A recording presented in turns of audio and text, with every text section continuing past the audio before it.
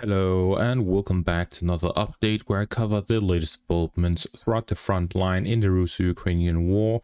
It is your Sweep Union, and in this one there are numerous advances across the front line in the northeastern and southwestern parts of the Donetsk region into the Zaporizhzhia region. The Russians have managed to advance in both of these directions. The Ukrainians in turn managed to recapture some positions to the northeast of Pokrovsk, where fighting continues. The Russians are here working on solidifying their control on both banks of the river line northeast of Pokrovsk, while the Ukrainians are looking to cut off the river line connection. The Russians continue offensive operations along the first and second lines of defense in the Zaporizhzhia region, and to gain control over Lyman in the northeastern parts, covering the northern flank of the Sloviansk-Shentinivka line, while the southern flank has been captured by the Russians. The eastern flank is in favor of the Russians, and the western flank is being contested with the Russian offensive operations towards Pokrovsk.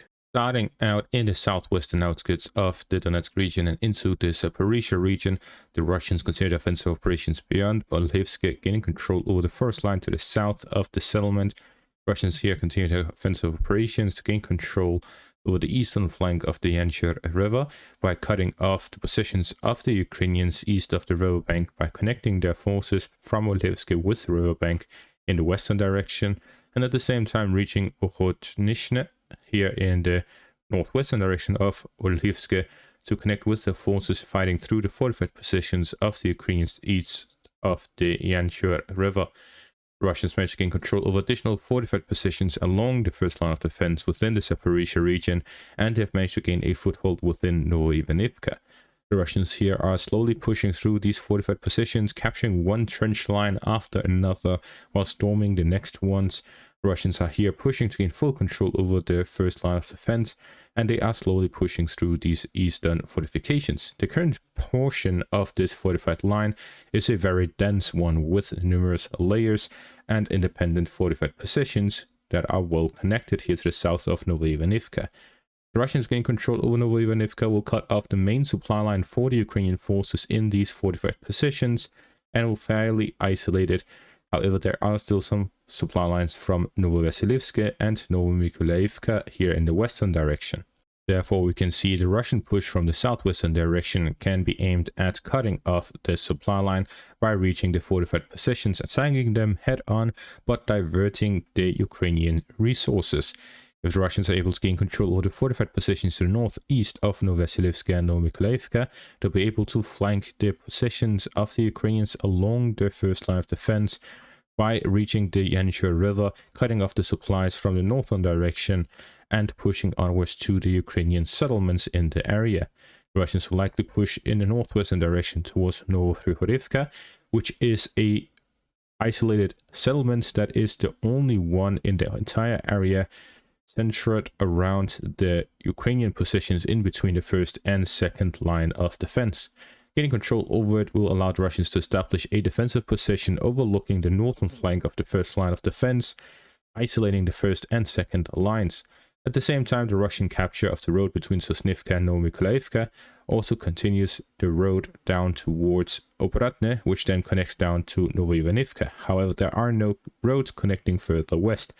This means the offensive operations in the first and second lines of defense will be separated starting in these coming days, all the way until they connect again at Huliaipole. Although there is a connection along the river line here to the west that connects the first and second lines of defense, it is not a stable or reliable one.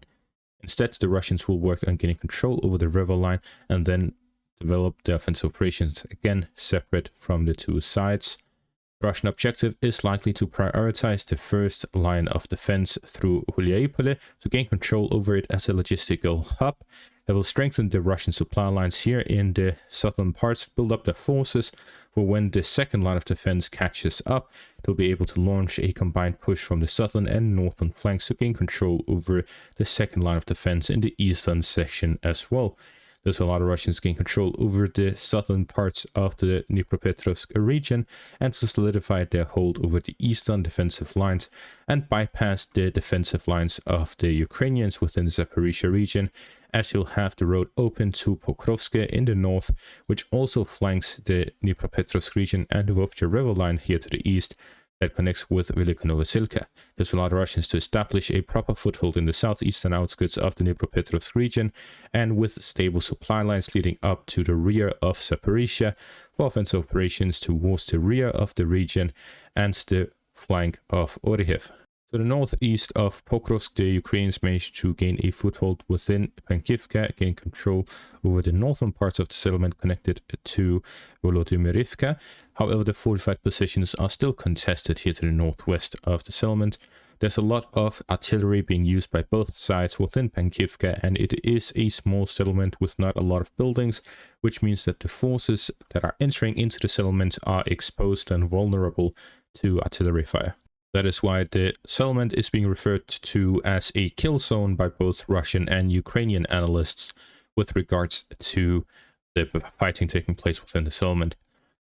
This marks it a very difficult position to push through, but if the Ukrainians are able to gain control of it, they can push into Mayak, and that will gain control over the northern flank of Novosibirsk from the western bank of the river line, and will allow the Ukrainians to connect their forces here from the eastern flank with their forces from the western flank, gain control over Nikanurivka, Mayak, and Pankivka, and connect through the road to cut off the Russian forces operating in the vicinity of Kucherevya, Novoshakhove, and the western flank of Shakhove, which is one of the areas of priority for the Ukrainians.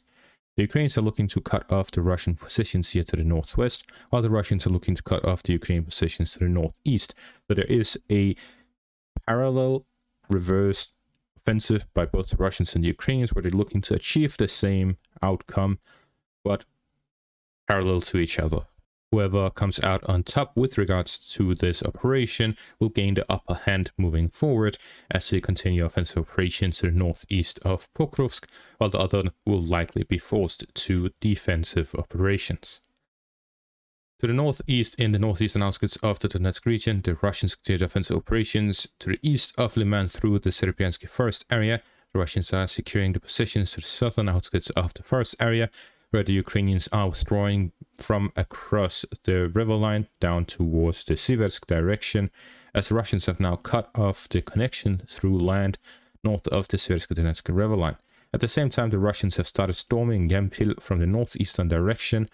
The Ukrainians report that the Russians have managed to gain a foothold within the settlement and are present within the buildings and basements within it, while the Ukrainians are heavily bombarding those positions and the Russians are bombarding the Ukrainian positions within the settlement.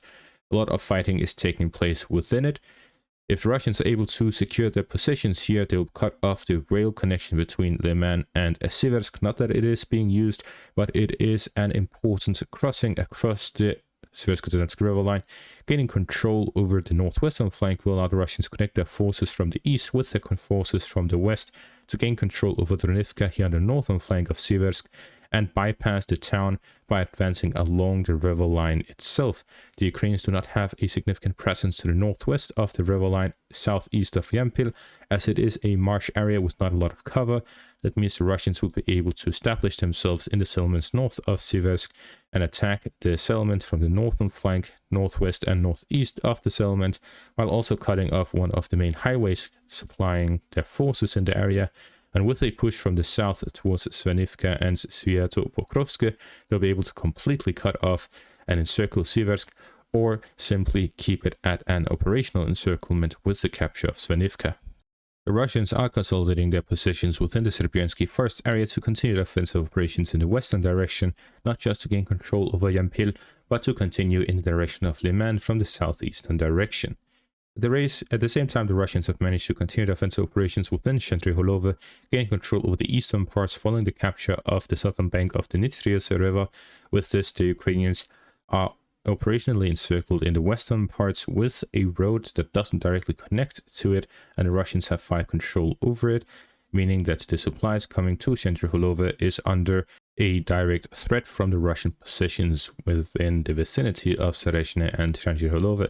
Getting control over Chentriholove will stabilize the Russian positions here in the area for offensive operations to cut off the supplies to Novoselivka and to push both into the town of Novoselivka and Drilove to develop the offensive operations on the northwestern flank of Lyman and cut off additional supply lines leading into the city. Russians continue offensive operations on the flanks of Lyman as they continue operations both in the direction of Lyman and Siversk to flank both of these settlements, cut off the supply lines to them, and start the siege of both of them to gain control over both of these areas, which cover the eastern and northern flanks of the Sloviansk-Shentinivka line. With regards to the international situation, Donald Trump came with a suggestion. He stated that Trump would implement significant sanctions on Russia if the European Union imposed a 50 to 100% tariff on both Russia and China, while at the same time stopping the buying of Russian oil. This is to pressure not only Russia, but also China to pressure Russia to stop the war. However, whether intentional or not, this is clearly beyond what the European Union will ever accept, because putting a 100% or 50% tariff on China or anywhere in between those two numbers would be an economic catastrophe for the European Union. They've already had several economic issues from the sanctions on Russia.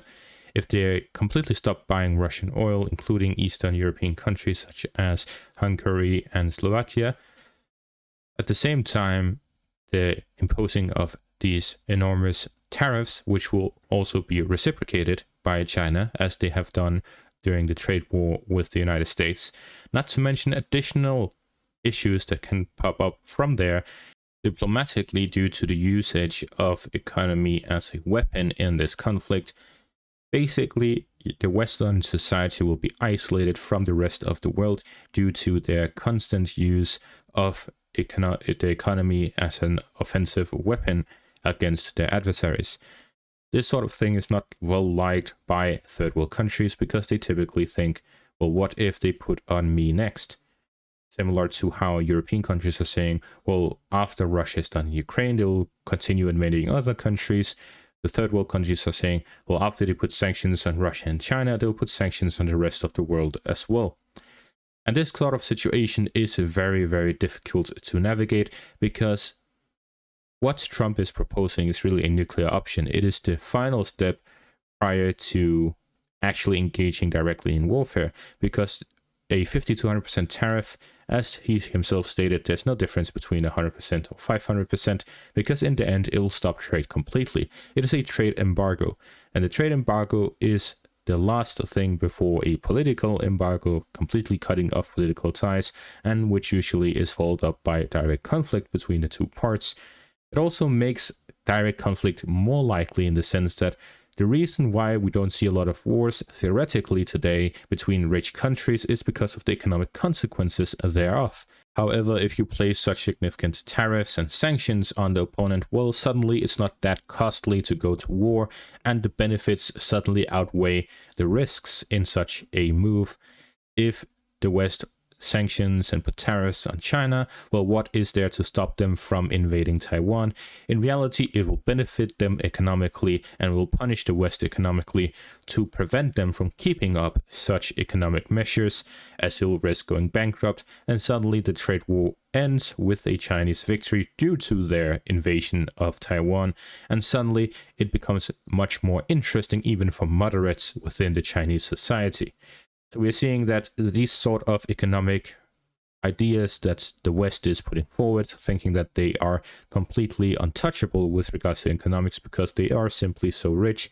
Well, in reality, they may have a lot of dollars, but those dollars are inflated. The value of them is not really the same as the value of dollars in China, as those same dollars reach a lot further in terms of what it can be used for. Chinese electrical vehicles in China cost a lot less than they do in the West. And then suddenly the same vehicle gives 3 times the GDP to the West as it gives to China. And if you take that into consideration by purchasing power, for example, China is suddenly much richer than the United States and will eventually surpass the entire Western world if they keep up their current growth. And that is going to be all for this update. Thank you all for watching. Make sure to leave a like, subscribe, check out my Patreon and YouTube membership for additional content. Thank you all for watching and have a great day.